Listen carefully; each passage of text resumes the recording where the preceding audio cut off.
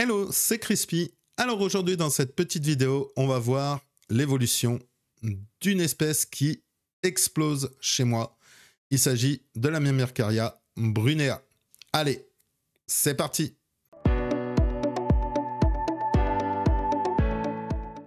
Alors aujourd'hui, on va parler des Myrmicaria brunea. Alors, je vous en parle parce que leur évolution est dingue. Comme vous pouvez le voir, il y a énormément de couvains. Alors, on va retracer un peu toute leur arrivée chez moi. Enfin, de leur arrivée jusqu'à maintenant. Alors, elles sont arrivées courant novembre 2023. Donc, au moment du repos ovarien, donc du repos de la gyne. Et du coup, pendant cette période-là, j'ai pas eu réellement d'évolution. L'évolution en elle-même s'est faite vraiment au moment où j'ai réaugmenté les températures au mois de mars. Or, j'ai commencé à voir quelques grappes être pondues par la gyne que vous avez au premier plan, vraiment la fourmi la plus grosse là de la colonie, hein, que vous avez juste devant, où on voit bien même ces pics qu'elle a sur le thorax à l'arrière, caractéristiques de l'espèce. Et à partir de ce moment-là, littéralement, j'ai vu la population de cette colonie augmenter. Alors déjà, par rapport au couvain. Donc le couvain a énormément augmenté. Donc le couvain est dingue, franchement, depuis le temps. Là, vous pouvez voir, il y a quelques nymphes, quelques larves et surtout beaucoup d'œufs. Mais vraiment beaucoup d'œufs. Donc, elle travaille très bien. Mais vraiment très bien. Vous pouvez voir au niveau du dessus, donc au-dessus du couvain, vous pouvez voir les plus jeunes, donc ouvrières, qu'il peut y avoir. Alors, je rappelle aussi que dans cette colonie, il n'y a pas de major. Il n'y a pas de castres différents. Toutes les ouvrières sont pareilles. Comme vous pouvez voir, elles sont tous de la même taille. Mais vraiment tous de la même taille. Alors, on va aller faire un petit tour du côté de l'aire de chasse, parce que au niveau de l'aire de chasse, hop, excusez-moi, on voit là. Au niveau de l'aire de chasse, vous pouvez voir, elles sont nombreuses. Elles sont très agressives. Mais énormément agressives. Du coup, comme vous pouvez le voir, en étant ce nombre-là, j'ai dû rajouter un autre tube. Donc, elles commencent à peine à y aller. J'en vois quelques-unes y aller quand même. Bon, ça leur fait un deuxième tube à remplir. Mais je pense bien, comme je le dis assez régulièrement, je pense bien que je vais les mettre en nid d'ici peu. Donc, d'ici... juste avant le repos. Juste avant le repos, je pense bien les mettre en nid. Parce qu'elles seront un nombre suffisant pour être mis en nid. Vraiment. Elles se sentiront mieux en nid là. Vu le couvain qu'elles ont, ça va encore augmenter énormément. Et si elles gardent cette constante-là au niveau du couvain, la colonie va exploser durant l'été. Et du coup, je pense bien que le nid au mois de septembre sera plus que nécessaire. Vraiment, je le ferai avant le repos, donc fin septembre, pour dire qu'elles s'habituent au nid avant de se retrouver avec une descente des températures.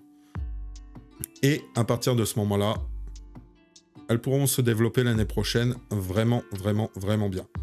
Donc c'est une gyne de l'année 2023, donc une fourmi qui vient d'Asie, pour tout vous dire, et c'est les Myrmicaria brunea.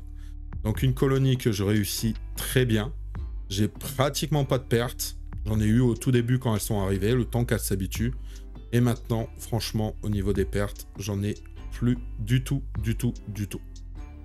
Une bonne fourmi. Une très bonne fourmi. Voilà, donc pour le deuxième tube, elle commence à y aller, elle commence à le remplir. Alors, est-ce qu'on va aller mettre du couvain là-bas? Je ne sais pas. Je ne sais pas du tout.